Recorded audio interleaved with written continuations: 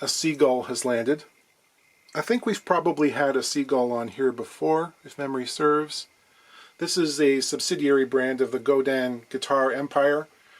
Robert Godin, or Robert, being a big name in making instruments in Canada. These are built in a tiny little town in Quebec called La Patrie. It's the main industry of the town. Like, literally half the population works in the factory. And they've been doing it for about 45 years now, so it's a multi-generational thing at this point. In West Virginia or South Wales, your grandfather was a coal man. In La Patrie, he glued braces. Seagulls are, to my mind, the best value in a North American-made entry-level guitar. Full stop. They just are. They got good materials, good QC, great price. If someone asks, hey, my kid wants to play guitar, what should I get? I say Seagull. Because my first guitar was an LYS, or Lee en français, which is the direct antecedent of these. That was a brand that was only around for a couple of years, but they're very similar. They haven't changed much. Well, almost. There's one thing.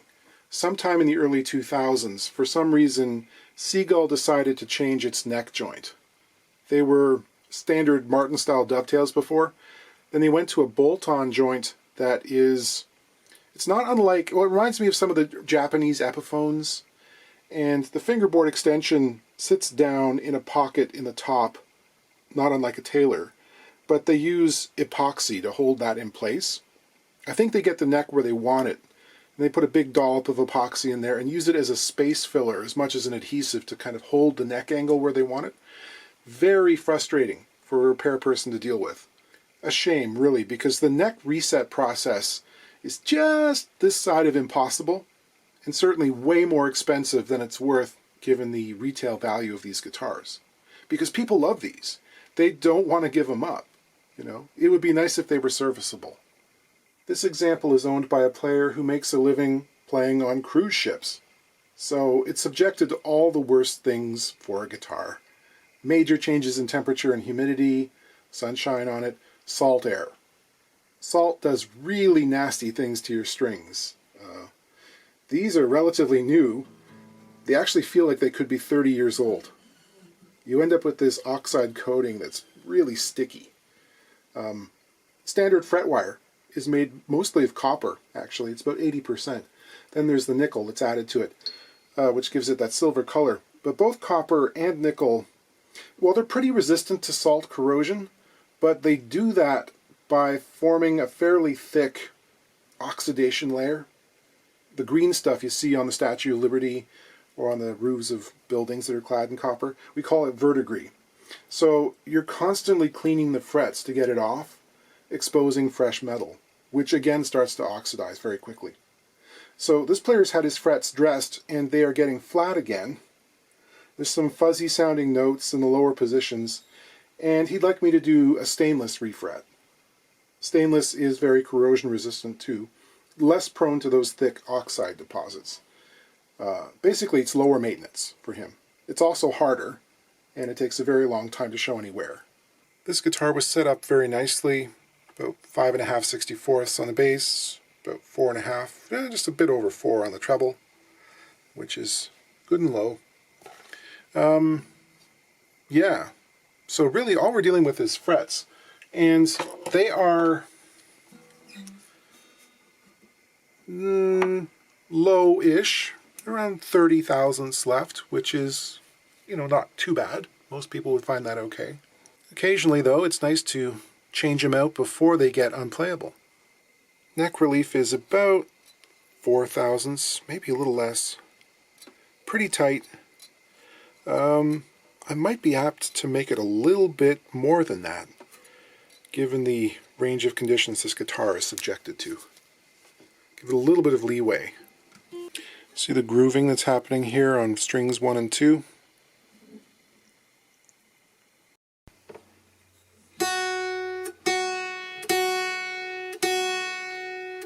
There's a bit of a sitar sound.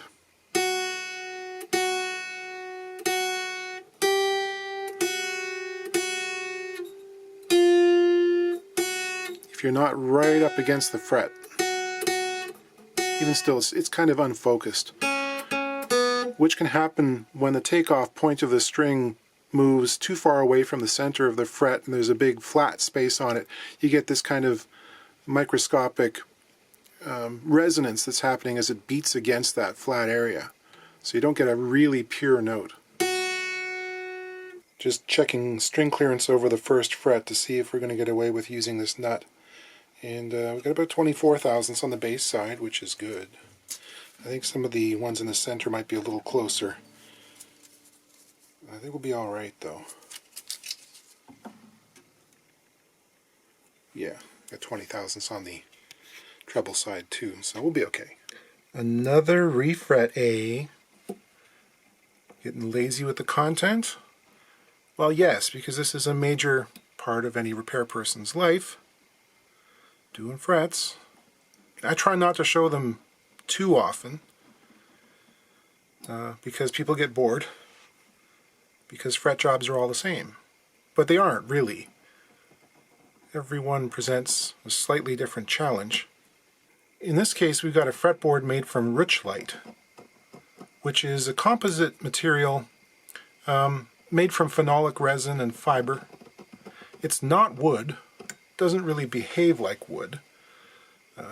It's stable, and in some cases it's formulated to look exactly like ebony. Could be any color you want, you can dye it various hues. How do you identify it?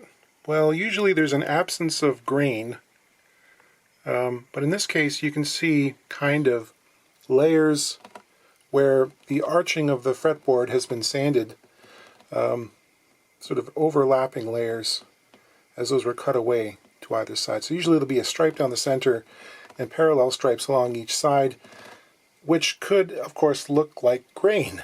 But if you know what you're looking at, it's fairly easy to determine.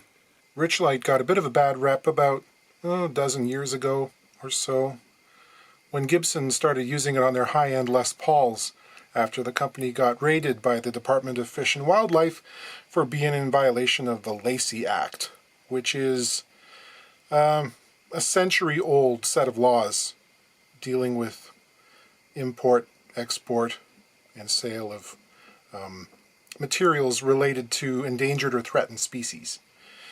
And at that point, the prosecutorial powers around the laws were beefed up a lot. It was one of the last things that George W. Bush signed while he was still in office.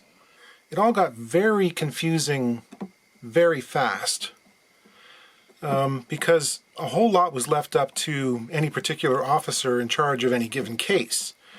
And at that point, any and all rosewood species became illegal to trade in because they were on various threatened species charts, right?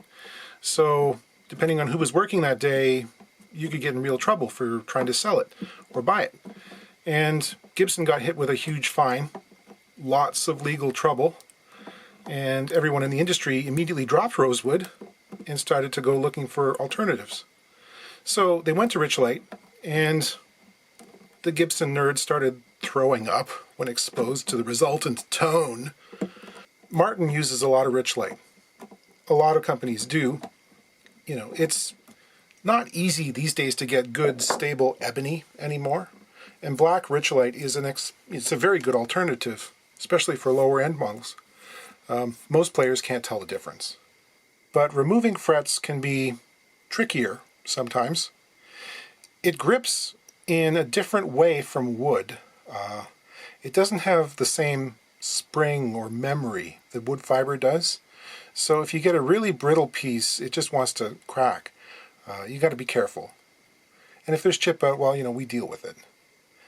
This first one came out very clean, and I'm very happy. So I'm heating up just like I normally would, and going after it with fret lifting pliers. Get at the edge there, slip this little fingerboard saving device underneath the top of the fret, and work my way along in little tiny bites, moving forward like 1/16 of an inch at a time. Patience is probably the most important thing when it comes to removing frets. I'll clean out any gunk or debris. I'm noticing there seems to be super glue at the ends of the frets there where they meet the binding. It's kind of a hump. The next issue to arise is we're dealing with a bound fretboard. If we look at the end of one of the frets that came out here, you'll see that a small portion of it's been cut away so that it can overlap that binding. It's funny, I was watching that one video of Jimi Hendrix playing an acoustic 12-string, the only video you ever see of him. He's doing Hear My Train A-Coming. That's an instrument that was built by Tony Zamatis in London. A lot of the famous English players of the 60s and 70s had Tony build custom instruments for them. It was a bound guitar, but rather than having to deal with this issue, he just cut the slots right on through the binding and left it like that. It's like such guts. I've seen old repairs, like refrets from 50 years ago that are like that, but we can't get away with it today. The thing is, there's a bunch of congealed glue at the end of each slot. And as it's not equal on every fret, sometimes it's like 1 millimeter's worth, sometimes it's 1.3. And I don't want to cut off more tang than necessary because you end up with having the ends sort of flopping around and unsupported. I have to go back in and cut that glue closer to the binding. And I'll use a rotary tool for this and a little carbide spiral cutter. Yes, they do break every once in a while. But the interesting thing is, usually these are, 23 thousandths of an inch, 0.6 millimeters in diameter. In this case, though, the slots in this neck have been cut wider than industry standard. They're more like 30 thousandths, which is probably why the frets came out as clean as they did. They're still a really good tight fit, but because the Richlite is a different consistency, it holds the fret barbs in a different way. If it was as tight as a standard fret slot, there'd probably be much more damage when they were pulled out. So I'm going to use a wider carbide bit than usual to get rid of that glue. Often it just shatters and chips right out as I get close. But if I leave it in there and I don't get the correct length of fret tang, it gets hung up and it won't ever properly seat.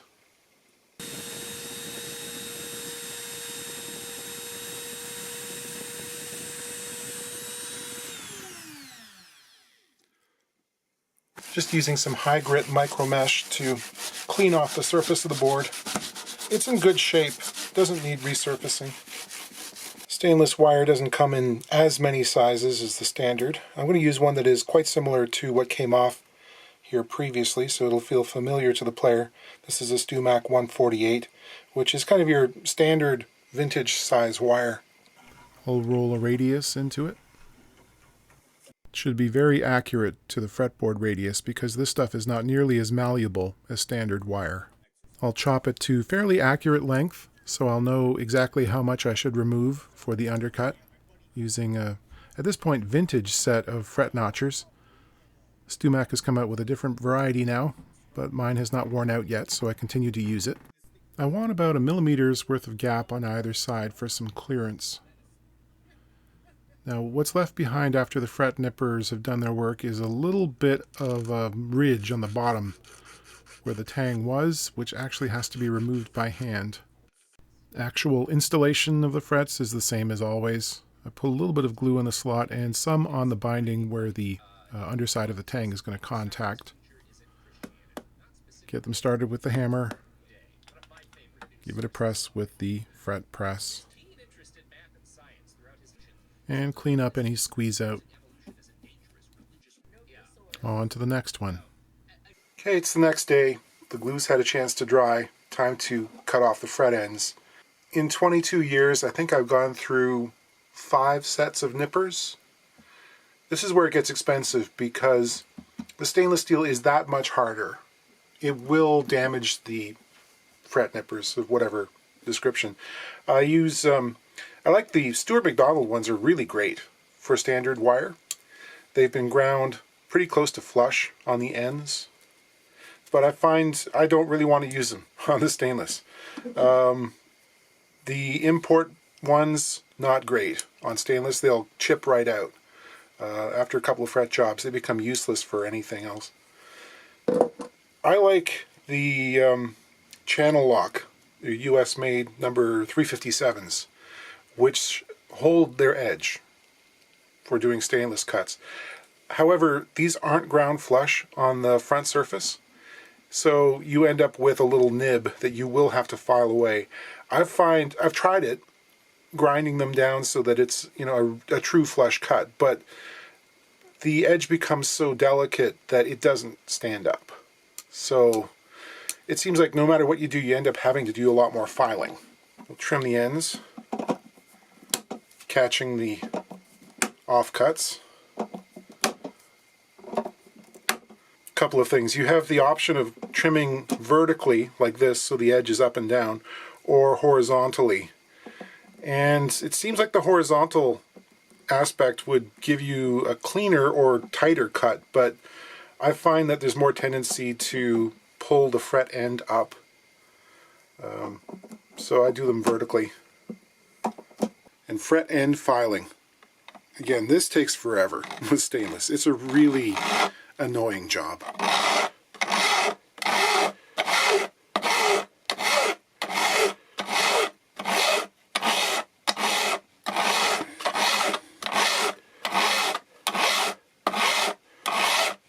So fret ends have been ground back to the point where the round over on the top edge of the binding starts. You want to go too far, can't leave them past that point, otherwise you'll feel the sharp ends. Why do I tape off the board? Is it necessary? I don't know. I guess strictly speaking, no. However, I have this aversion to creating any cross-grain scratches. Anything that, you know, is parallel to the frets, I think it looks weird. You see it in certain really inexpensive catalog guitars from the 30s and 40s where they would sort of scrub the frets this way and you end up with a bunch of big lines going cross-grain, which are really difficult to remove. I've always done it this way. If you're using a 3-corner file for doing the radius like I do, sometimes it leaves rub marks on the surface. I just don't like it, so I tape it. It takes me 2 minutes, but I don't bemoan the loss of time.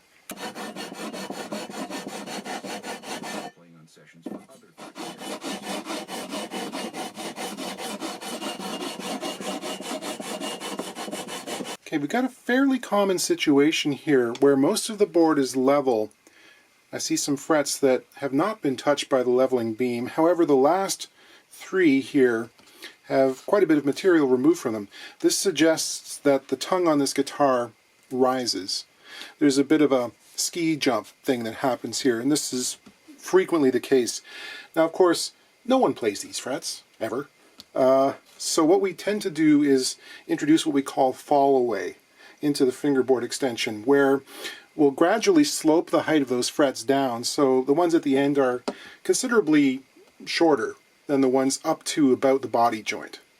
And the way I usually do that is just using a small leveling beam like this, and then focus on those last few frets, take them down a ways, and then blend the height difference in using the longer beam. So I'm just going to work on these ones here, the last 4 or 5.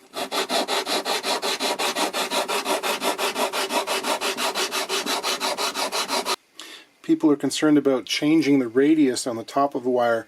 You have to understand, I'm only removing like maybe 0.003 of an inch, so not enough to seriously affect the roundness. People also ask why I don't use a radiused sanding beam for this job as well. You have to remember, if you've got a board that's got a 12-inch radius, and then you add the fret height on top of it, it's like 12.1. So the radius sanding beam tends to lower the frets on their outside edges, and you end up losing quite a lot of fret height actually before you get down to a continuous surface. The other thing, which I touched on recently, is when I'm radiusing, I'm not following the center line. I tend to splay the beam so that it follows the outside line of the fretboard, which is angled. And this naturally produces a slightly flatter radius on the higher frets than the lower ones. So we end up basically shaping a compound radius or something like it into the board, which can help with bending especially on electric guitars in the higher reaches. There's less opportunity for the string to node out because it's having to climb up a hill into the center of the board. So this board might be 12 inches down at the nut end. It's probably closer to 14 when I get up here. So I've leveled all of these frets up to the 15th here. Now I can go back to the larger leveling beam and I'll blend them in. Recrowning. I don't have a whole lot to do on these because not a whole lot of height had to come off. The board is reasonably straight. I like a three-cornered file for this. I've tried all the various styles.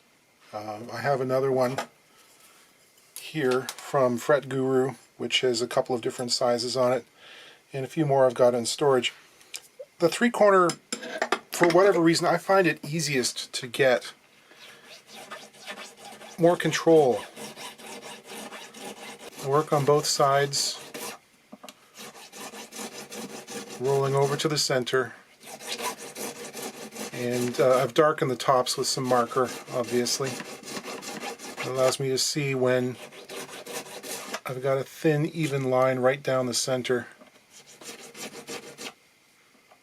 Occasionally, if there are strange dips in the board, you'll get one side which is thicker than the other due to height disparity and that kind of thing. So the three-corner file lets me sort of focus on those areas rather than sort of doing it blind and possibly taking too much off.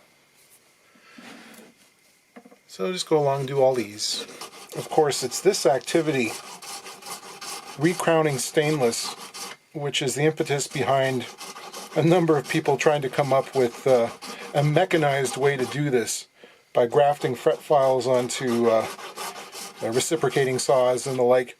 David Collins came up with a good one. Our friend Ian Davlin tried it out about a year or two ago. Because if you do a lot of this and you're working with great big jumbo fret wire like you might find on a 70s Gibson or something that has, you know, a lot of recrowning to do, this is a long process and your wrist gets sore after a while. You know, there's a history of carpal tunnel and tendonitis and other repeated stress type injuries in a lot of repair people because of this particular activity. I'm going to start off with some 600 grit paper to get rid of the 220 grit scratches I have on the top of the frets from the leveling beam. Ordinarily I'd start with 1200 grit, but you know, this stuff takes an awful lot more sanding. This just sort of melds the slightly faceted surface from the file and blends that all together into a curve on both sides of the fret. I go on one side and then come back on the other, and you can hear it bump.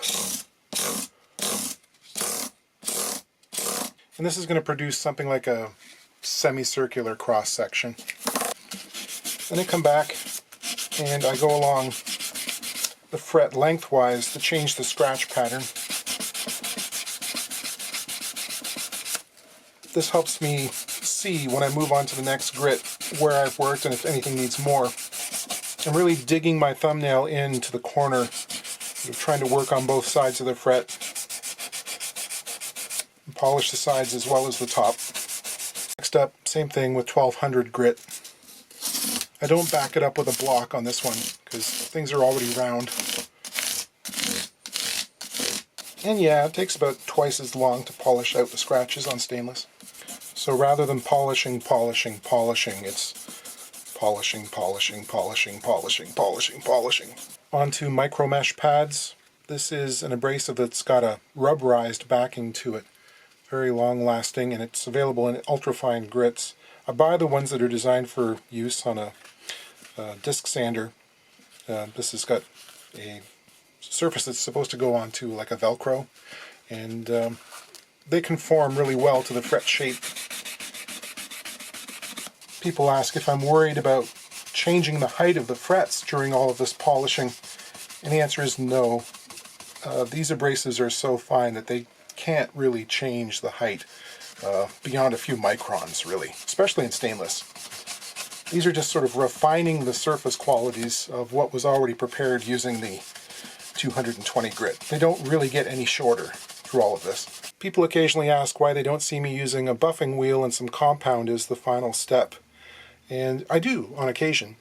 The truth is, I don't see a whole lot of difference in the surface finish from what's left after the 8,000 grit micro mesh and what's produced from one of these. The thing is, this is like white diamond buffing compound. It's extremely fine, produces a beautiful surface.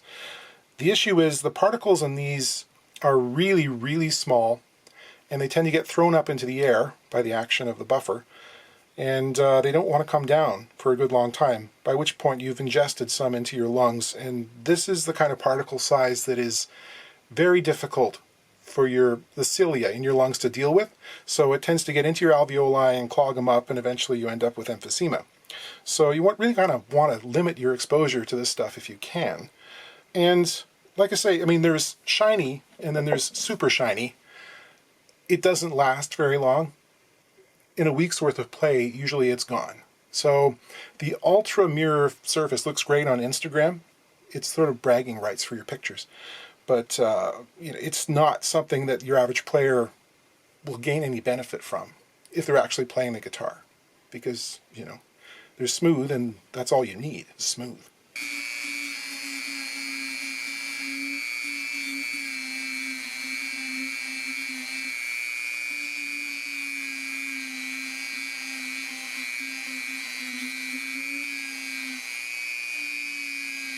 On bound fret jobs, especially stainless, I tend to leave the fret end shaping till last. So in this case, I got to round over the little corners, the right angles at the end of the fret where it's contacting the binding. Do that with a stroke or two that describes a bit of an arc. I do all of one side first and then come back and do the other side. Helps keep them more consistent.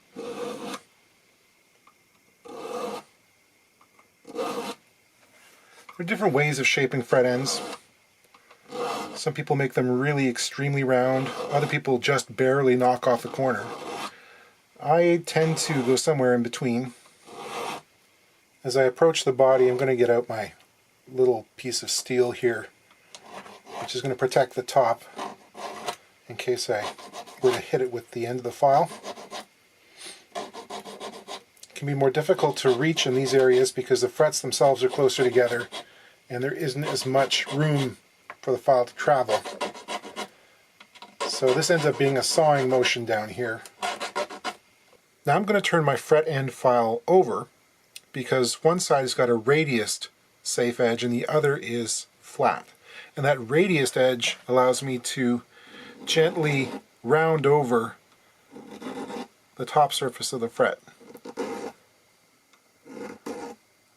with a rolling and rocking motion at the same time.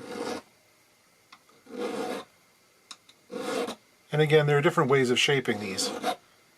Now to polish the ends, I'm going to use some 1200 grit on a flat block just on the faces. This again sort of blends those rounding strokes together and creates a nice, smooth, very friendly surface to rub your hand against. And again, we'll follow that up with the micro mesh. After cleaning the board surface with naphtha, I'm going to give it the gentlest little rub with some Danish oil, which doesn't penetrate into the Richlite, obviously, but it does restore the color a little bit and fill in any surface scratches. Okay, all set up. I'm very happy with the results. We've gained about an average of 6 thousandths in terms of fret height. Started off with 32 thousandths average, now it's about 38. So consequently the action has come down that same 6 thousandths of an inch, which is, it's like 0.15 millimeters. 1/128th, which is almost on the cusp of palpable. Effectively no real change. However, no more divots, no more dents, and it's stainless, so it's going to last a long time. And managed to get away with not having to put a new nut on it.